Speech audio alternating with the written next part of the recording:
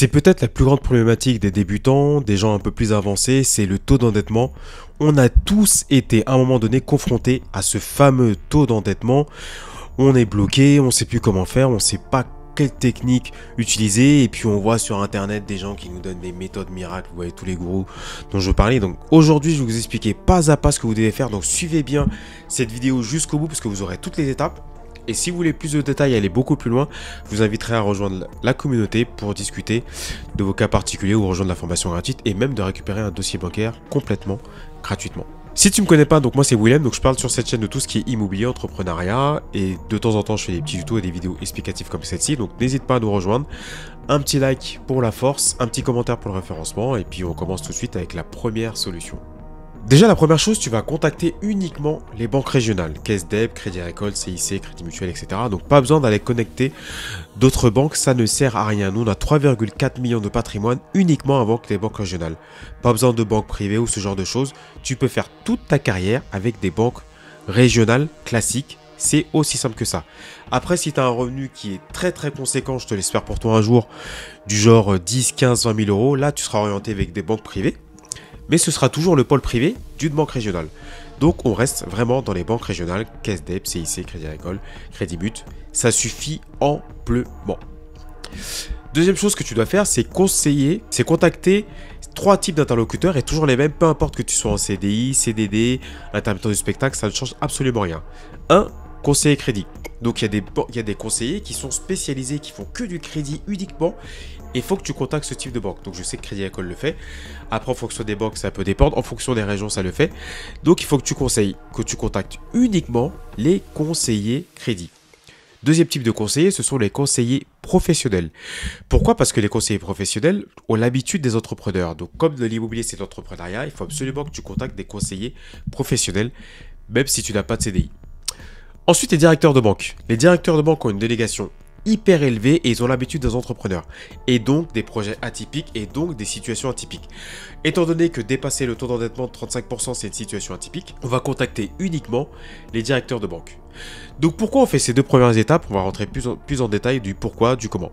Il faut savoir que dans les banques, vous avez des banques régionales, nationales et en ligne. Une banque en ligne respecte un process très standardisé parce que forcément tu n'as pas à faire un conseiller spécifique. Donc le but c'est de simplifier le processus. Donc qui dit que le processus est simplifié, dès que tu dépasses des standards, c'est mort. Donc les banques en ligne, c'est mort. Une banque nationale, c'est un peu le même principe, mais un peu moins. Et dans une banque nationale, du coup c'est pareil, c'est le même principe, il faut qu'ils respectent un standard et c'est un peu plus compliqué de sortir des process. C'est possible, mais c'est plus compliqué quand tu as un taux d'endettement qui est au-delà de 35%, quand tu n'as pas de CDI, quand tu es entrepreneur, quand tu n'as qu'un bilan. Vu qu'il y a des process très simples, c'est un peu plus complexe. Donc, on va s'orienter vers des banques régionales parce que les banques régionales ont des processus régionaux, donc centralisés, donc dans une banque donnée. Ce qui fait que quand tu vas avoir un interlocuteur donné sur une banque A, dans une ville, tu auras un discours. Tu peux aller voir une autre banque à 10 km à côté avec un autre interlocuteur qui n'est pas celui que je t'ai dit. Tu auras totalement un autre discours. Moi, j'ai eu un crédit chez Caisse d'Eb 110%, donc j'ai pas mis d'apport. Et l'autre caisse d'épargne me demandait avant 30%. Alors que c'est la même banque, c'est la même caisse. Mais comme c'est régionalisé, c'est centralisé par banque, tu peux avoir des règles différentes. Donc c'est hyper important d'aller voir les banques régionales, ce qui fait que tu pourras aller voir défendre ton dossier dans plusieurs banques, voire la même. C'est hyper intéressant si tu fais bien les choses que je vais t'expliquer dans cette vidéo. C'est pour ça qu'il faut que tu suives exactement le process. Tu as retenu, tu as noté banque régionale, conseiller pro, directeur de banque, conseiller crédit, parce que les conseillers ont l'habitude des projets d'immobilier d'entrepreneurs et les entrepreneurs ont toujours des problématiques, des chiffres, des complexités. Et comme l'immobilier c'est de l'entrepreneuriat, on gère un budget, on gère des partenaires, on gère des locataires, etc. On gère des clients. C'est hyper important d'aller voir des interlocuteurs qui ont l'habitude de ces typologies de projets. Troisième technique, tu vas faire de l'hypothèque PPD. Hypothèque PPD, c'est quoi? Lorsque tu sollicites la banque et que tu fais un crédit, tu peux faire un crédit en passant par la caution classique. Donc la caution, c'est celle qui va gérer ton prêt si tu ne payes pas. D'accord? Par exemple, crédit logement, SACEF, etc. Donc ça, c'est une entité à part. Donc tu imagines que tu vas voir ton interlocuteur prend ton dossier et va le présenter à une société à part. Cette société à part ne t'a pas vu, elle ne connaît pas ton projet, donc c'est ton interlocuteur qui va expliquer. Et c'est un peu l'expression du téléphone arabe. D'ailleurs, je ne sais pas pourquoi cette expression téléphone arabe. Bref, J'appelle un ami, je lui explique mon projet. Oui, mon projet c'est A. L'ami, il retient, il va mettre A'. Et après, l'autre va comprendre B. Donc, entre moi, mon projet qui s'appelle A, et l'interlocuteur, donc à la caution classique qui s'appelle B, il y a un écart.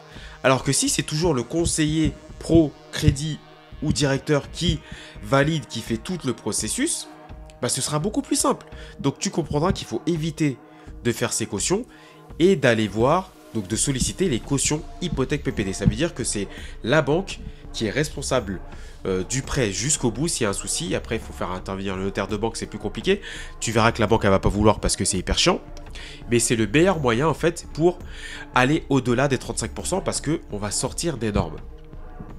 Donc tu as retenu jusque là, et c'est pour ça que je t'ai dit de rester sur ta vidéo parce qu'il y a encore des pépites. Banque régionale, conseiller pro, directeur de banque, conseiller crédit, caution, hypothèque, PPD. Et là, tu vas me dire, mais attendez, Willem, comment je fais? Parce que j'ai appelé la banque, elle veut pas que je vois le directeur, j'ai appelé la banque, elle veut pas de caution, machin. C'est pour ça que j'ai vu 80 banques. J'ai vu 80 banques. Donc, dès qu'il y a une banque qui te sort un discours qui te plaît pas, tu raccroches, tu vas voir une autre banque. C'est aussi simple que ça. Après, si tu veux plus de détails sur comment l'amener, comment faire le discours, comment remplir ton dossier bancaire, etc., je t'invite à rejoindre directement les formations que j'ai mis en description. Et là, je te donne tous les détails.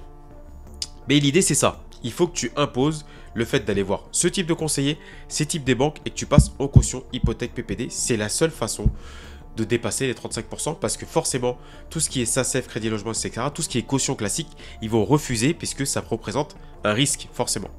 Maintenant, on va faire une petite marche arrière et comprendre pourquoi il y a ces notions de 35% et pourquoi ce chiffre-là en réalité.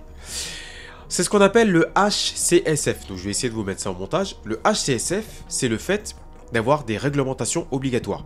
Avant, c'était un conseil qu'on donnait aux banques. On leur disait, écoutez, 20% des cas, vous faites ce que vous voulez. 80% de vos dossiers doivent respecter les règles. Donc, c'était un conseil. Voilà. Maintenant, c'est une obligation. C'est-à-dire que quand un conseiller a 10 dossiers, 8 de ces dossiers doivent respecter les 35%, peu importe votre dossier. 22 des dossiers, il fait ce qu'il veut. Donc quand je dis qu'il fait ce qu'il veut, il fait 40%, 50%, peu importe, c'est la banque qui prend le risque. La règle des 35%, en fait, elle a du sens pour un petit salaire. Donc si vous gagnez 1000 € et que on dit que vous ne pouvez pas emprunter plus que 350 € par rapport à votre revenu, c'est cohérent parce qu'il vous reste que 650 €. Mais si on prend 35% sur quelqu'un qui gagne 10 000 €, ça n'a aucun sens parce qu'il va lui rester 6 500 €. Donc en réalité, les 35% ont un sens pour les petits salaires, mais comme on ne peut pas faire du cas par cas, et que les conseillers qui sont dans les banques, malheureusement, ils n'ont jamais fait d'immobilier, ils sont salariés, et bref, c'est plutôt des commerciaux, des qui ne comprennent rien à l'immobilier. Donc on fait du cas, on fait pas du cas par cas, on fait des règles générales. 35% au-delà, c'est mort. Ou vous dites oui, je vais réfléchir, et après vous dites c'est mort. Donc voilà d'où vient la règle des 35%, et en réalité c'est pour mettre une règle commune, mais c'est plus logique pour quelqu'un qui a un petit salaire, mais vous l'aurez bien compris, pour quelqu'un qui a un gros salaire, ça n'a aucun sens. Donc vous, votre objectif, ça va être d'être dans les 2%, donc dans les 20% par contre, dans les deux de ces dossiers. Donc vous faites les premières étapes que je vous ai dit dans cette vidéo, et là je vais vous donner les autres étapes à faire qui sont encore plus des pépites, donc restez bien jusqu'au bout et commentez si vous avez des questions ou si vous avez déjà réussi à aller au-delà de 35% ou si vous avez déjà été bloqué. Ce que vous devez comprendre et qui est un part important, c'est que le HCSF c'est une entité à part, donc nous on n'aura jamais l'occasion de convaincre directement la HCSF. Donc ce qui fait que vous devez avoir le moins d'obstacles possible avant d'arriver au HCSF. C'est pour ça que je vous ai dit de contacter les conseillers crédit, pro, directeur de banque, parce que ces gens-là ont directement l'appui et la main nécessaire pour aller directement voir le HCSF. Si vous allez voir un conseiller classique, votre conseiller de base, un conseiller qui n'a pas un pouvoir de délégation plus élevé, conséquent, ce qui fait que quand vous allez voir lui présenter votre dossier, il va présenter le dossier à une autre personne, et cette autre personne va présenter le dossier au directeur de banque, qui va présenter le dossier au HCSF. Donc avant d'aller au HCSF, vous aurez peut-être 2 ou 3 personnes qui ont vu votre dossier, et ça va pas. Comme je vous reprends l'expression de tout à l'heure, donc téléphone arabe, ce qui veut dire que votre information va se perdre, elle va être moins comprise, il faut limiter ça. Donc nous, ce qu'on veut, c'est limiter le nombre d'interlocuteurs, contacter uniquement les interlocuteurs que je vous ai dit, et votre but, ça va être de convaincre votre interlocuteur tellement fort qu'il va convaincre le HCSF. Maintenant, comment on fait pour convaincre l'interlocuteur qui est en face, pour que lui-même aille convaincre l'interlocuteur HCSF? Il faut lui donner envie et se différencier. Ce qui veut dire que votre banquier doit avoir un intérêt à vous prendre. S'il n'a aucun intérêt à vous prendre, il ne va pas s'emmerder. Comprenez que votre banquier a 50-60 dossiers de crédit par mois. Quel est son intérêt de prendre votre dossier de crédit qui est plus compliqué si il n'y voit pas d'intérêt? Quel est son intérêt? Ça ne va pas lui rapporter plus d'argent, il ne sera pas payé plus, donc il n'a pas d'intérêt. C'est un peu comme je pense, donc là, je pense à mon réseau Instagram, donc j'ai quelqu'un qui m'a contacté. Je ne vais pas dire la marque ni ce qu'il fait. D'ailleurs, je vous invite à me rejoindre sur Instagram que je vais mettre ici. On est 14 000 pour l'instant. Il m'a contacté, il me dit oui, j'aimerais faire un partenariat avec vous. Par contre, il n'y a pas de sponsoring, je vous paye pas. C'est du gagnant-gagnant, vous parlez de nous et puis ça va permettre à votre communauté de toucher un autre public. Non. Non. Quel est mon intérêt? C'est-à-dire que tu viens me solliciter, moi, tu me proposes pas d'argent pour parler de toi. Donc toi, je vais t'amener des clients, tu me proposes pas d'apport d'affaires, et tu me dis que potentiellement, je vais toucher un autre public. Non, c'est comme si je vais voir la banque, je leur dis, voici mon projet immobilier, potentiellement, mon projet a telle complexité, donc ça vous permettra, quand vous allez voir d'autres projets, de mieux les appréhender. Je voudrais que vous me prêtiez 500 000 euros, ou 200 000 euros, 300 000 euros. Et donc la banque, son intérêt à lui, je lui explique que lui, ça va lui permettre de toucher un autre public parce que mon dossier est comme ça. Non! Les intérêts que vous devez montrer aux gens, c'est l'oseille. Il n'y a que ça qui compte. Un intérêt, c'est l'oseille. Gagnant-gagnant, c'est l'oseille. Il n'y a pas d'autre gagnant-gagnant.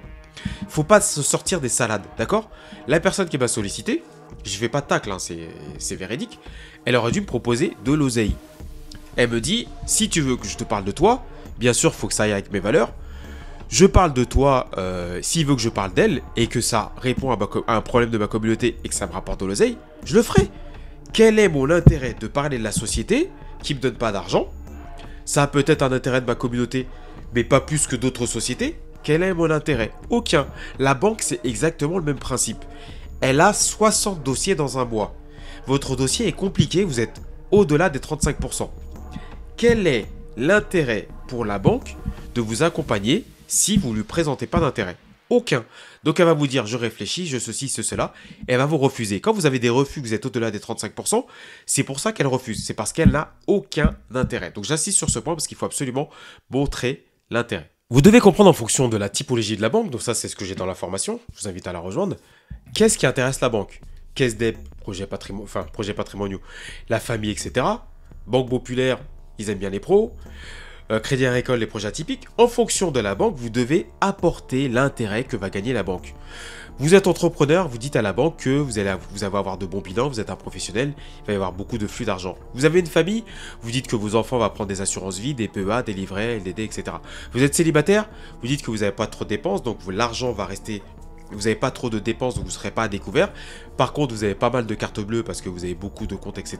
Et du coup, vous allez prendre pas mal de comptes, vous vous intéressez à la bourse, vous allez prendre un crédit PEA, vous voulez mettre un livret, etc. Vous allez prendre des assurances habitation, machin, etc. Vous devez montrer à la banque un partenariat commercial et montrer à la banque qu'est-ce qu'elle va gagner à vous rejoindre. C'est hyper important de montrer ça. Ça, c'est ce que vous devez remplir dans le dossier bancaire que vous allez télécharger en vous inscrivant à la formation. Mais c'est hyper important de faire comprendre à la banque quel est son intérêt. Une fois qu'elle a montré un intérêt que les 60 autres dossiers n'ont pas montré, vous allez passer devant. Autre élément que vous devez faire pour convaincre le HCSF, parce que c'est pas vous qui allez les convaincre, votre interlocuteur de vous prêter, même si vous êtes au-delà de 35%, vous allez faire deux choses. Insister sur le reste à vivre. Quand on est au-delà des 35%, comme je vous l'ai dit, la banque se dit, il vous reste pas assez à vivre. Donc vous, ce que vous allez faire, c'est insister sur le reste à vivre. Ça, c'est hyper important. On ne parle pas du taux d'endettement. On insiste sur le reste à vivre. On dit, j'ai telle famille, il me reste 7 000 euros. Donc ça suffit pour une telle famille, d'après le rapport de je sais pas quoi. Je suis célibataire, il me reste ça de reste à vivre, donc ça suffit, etc., etc., etc. Ensuite, ce que vous allez faire pour doper vos revenus, vous allez utiliser vos futurs revenus comme vos revenus principaux. Ce qui est hyper important dans le dossier bancaire, c'est de montrer à la banque que vos futurs revenus sont sûrs. Comment on fait pour que la banque le prenne en compte? Il faut que ce soit sûr. Si par exemple je vous dis, je vais gagner 10 000 euros dans un mois, vous allez me dire, mais Willem, comment tu peux le prouver? Bah regardez, j'ai mon contrat. Mon contrat commence dans un mois, il y a marqué 10 000 euros. Donc c'est garanti que vous allez gagner 10 000 euros. Là par exemple, si je vous dis, bah regardez, dans un mois, je vais gagner 3 000 euros avec cette location. Là, j'ai pas de contrat, j'ai rien. Donc ce qu'il faut que vous mettiez en face, c'est des preuves. Vous avez vu sur le Bon Coin plein d'annonces où les locataires se louent en coloc 3000 euros. Vous avez vu plein d'annonces, des articles de loi, des machins, bah bref, des articles ou quelqu'un qui l'a déjà fait ou je ne sais pas quoi, qui montre que ça se loue 3000 euros. Vous avez vu telle annonce où ça se loue 3000 euros, mais les photos sont moches et vous allez prouver que vous allez faire des photos plus belles ou des meilleurs travaux. Bref, il faut rassurer la banque sur le fait que vous allez pouvoir louer à tel montant. Un peu comme un contrat. Une fois que vous avez fait ça, vous allez augmenter artificiellement vos revenus. Donc vos revenus ne seront plus juste vos revenus, ce sera vos revenus plus les revenus de locataire. Et quand vous avez fait ça en fait, et c'est toute la magie du truc, c'est que vous allez présenter un dossier avec des revenus beaucoup plus élevés. Donc vos restes à vivre sera beaucoup plus élevé, ça va en plus diminuer votre taux d'endettement. Mais si à ce niveau-là, vous êtes encore au taux d'endettement au-delà de 35%, vous allez avoir un reste à vivre hyper conséquent.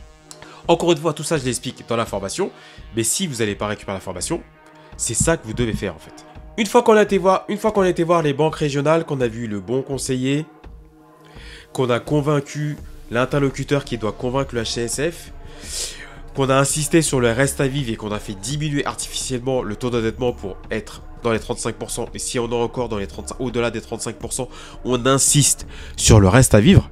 Dernier élément qu'on doit faire, c'est l'harcèlement. Là, vous allez me dire, oui, mais qu'est-ce que ça veut dire? Dites-vous que quand vous êtes entrepreneur, on va vous dire non tout le temps. C'est pas possible, il y a des problèmes et tout ça. À partir du moment où vous êtes à un niveau où vous avez que des problèmes, vous êtes un vrai entrepreneur. Un entrepreneur, c'est pas un mec sur les réseaux que vous voyez sur YouTube, Instagram, ah j'ai réussi ceci, machin, il est un beau gosse à la plage, machin, il travaille 2 heures par jour, tranquille. C'est faux. Un entrepreneur ne travaille pas 2 heures par jour. C'est faux. C'est faux. Tout simplement. Il travaille pas 2 heures par jour. Il peut faire du deep work 2 heures par jour, ça oui. On peut travailler 2 heures par jour en deep work. Le reste, on gère des problèmes. Mais on ne travaille pas 2 heures par jour et après on ne fout rien. Ça, c'est complètement faux. À la limite, on peut avoir des périodes où on ne fout rien, ça c'est vrai. Mais on est en full vacances, on répond vite fait aux messages. Mais quand on bosse pas 2 heures par jour. Donc ça, c'est une idée reçue. Arrêtez de croire que vous allez bosser 2 heures par jour, gagner 10 000, 20 000 euros par mois. Ça, c'est faux. Ça n'existe nulle part, d'accord? Donc arrêtez de vous mettre ça dans la tête. Donc, vous devez être dans la tête de votre interlocuteur. Il faut que sur les 60 dossiers, ils disent « Ah, le dossier de Willem, il est vraiment relou, hein, mais il m'appelle tout le temps, il me relance tout le temps. » Il faut que vous soyez chiant. C'est ça que vous devez comprendre en fait. Un entrepreneur, il est chiant. Il insiste. Quand on lui dit non, il refait encore autrement. C'est ça l'entrepreneur en fait. Donc votre interlocuteur, il doit être saoulé par vous. Clairement. Il doit être saoulé. Il doit se dire mais j'en ai marre de celui-là, j'en ai marre machin. Mais c'est quand même carré son truc. Franchement, Willem il me saoule. Mais son projet il est carré. Et s'il me saoule autant, s'il harcèle autant, je vais sortir ton dossier parce qu'il est chiant. Son dossier il est nickel. Et je sens que s'il est chiant comme ça, c'est qu'il est déter. Vous devez harceler votre banquier, ne pas le lâcher. Vous envoyez un document, vous l'appelez, est-ce que tu as bien reçu le document? Vous envoyez un mail, vous le rappelez, est-ce que vous avez bien reçu le mail? Vous l'appelez le lendemain soir ou 2 jours après, maximum. On l'harcèle, on l'harcèle, on l'harcèle. Dans les 60 dossiers, il faut que vous fassiez partie des 20% des dossiers où il va se battre. Donc ça, c'est hyper important de respecter toutes les étapes que je vous ai indiquées dans cette vidéo. Et peu importe que vous soyez en CDI, en CDE, si vous suivez ces étapes, ça va forcément fonctionner. Dans la formation, vous verrez, je vous ai mis des choses beaucoup plus par rapport à ça pour être au-delà des 35%. Mais déjà, ça vous fait une bonne base. N'hésite pas à commenter ou mettre des éléments, ou liker, partager cette vidéo, parce que je sais que c'est un côté obscur, cette histoire de taux d'endettement, ça bloque tout le monde. Si tu es encore là, commente HCSF, je sais pas trop, je vais l'afficher quelque part ici. Rejoins-moi sur Instagram ou sur TikTok, abonne-toi, et si tu as d'autres sujets de vidéo, n'hésite pas à t'abonner.